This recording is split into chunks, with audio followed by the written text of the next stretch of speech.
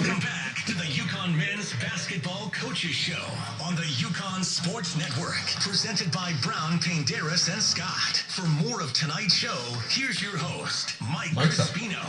Live from the Duncan Music Lounge here at iHeart headquarters in Hartford, we have the Uconn men's basketball coach with us, Dan Hurley. I'm Mike Crispino. Coach, let's talk a little recruiting. This class that you just brought in here looks really solid. A lot of good, talented guys. And you just mentioned 2 or 3 are going to play a lot. You mentioned a guy, well, one of them is going to start. Is it Stephon Castle? Can you announce that, or do you want to announce that? I mean, the way he's played in the preseason, there's not a lot of drama there internally with the team. In the locker room, there's not a lot of questions about who's going to start with Tristan and Cam and Alex and Donovan. So he just, the guy's just physically, it's impressive just how physically ready he is.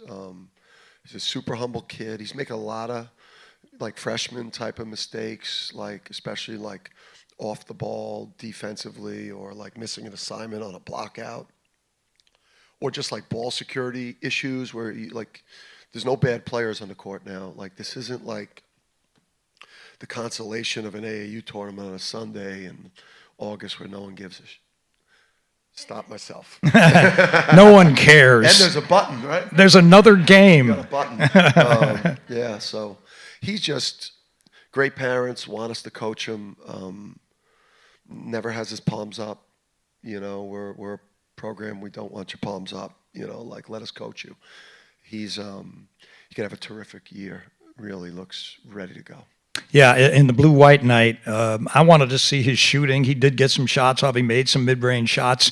Where is he on that part of it? I mean, he's a good facilitator, obviously. Yeah. He's a great point guard already before he starts his college career. But where is he on that category? Well, not the same type of shot creating, facilitating like Andre, but more of a scoring ability.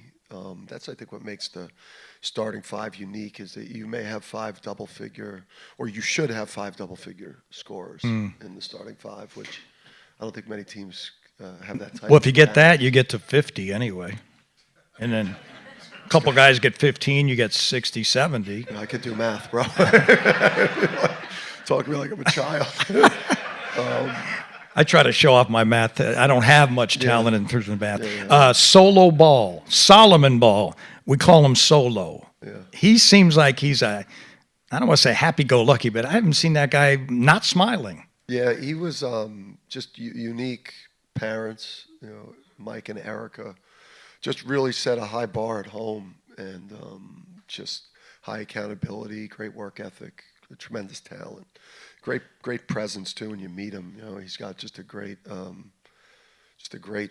about him. He's got that personality, a little bit of that. Yeah, he really looks you in the eye. That's what I noticed. No, great pedigree. So he is shooting the ball great, and that has been an unbelievable development for us, because we lost some bench shooting, and his shooting looks highly sustainable, and there's an athleticism there that he brings. But it's just they got to catch up defensively. I mean, they just.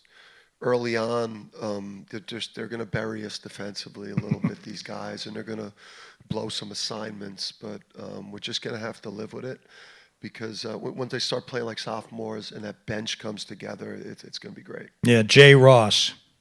Do you use Jay Ross in practice? What do you do with him? Jaden and Jalen, that becomes a problem. Yeah, it's a problem for me already. Jaden, Jalen, and I've screwed it up a lot. Have you really? Yeah.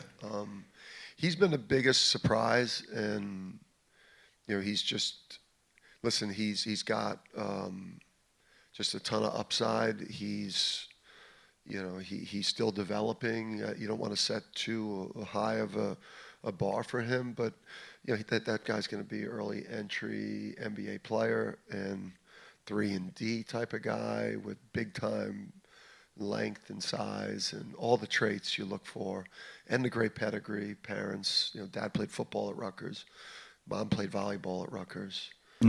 Family, I think her side is hockey players from Mass. So is that right? Toughness. So they're tough. Yeah. He's got a good mix. Yeah, he looks like he's got a pro body already to me. When I first saw him, I'm like, wow. Yeah. That guy looks like he's a professional almost. Yeah, and just as important, just impressive people. You meet them, you don't say to yourself, like, when the lights come on, this guy's going to crumble, Stewie.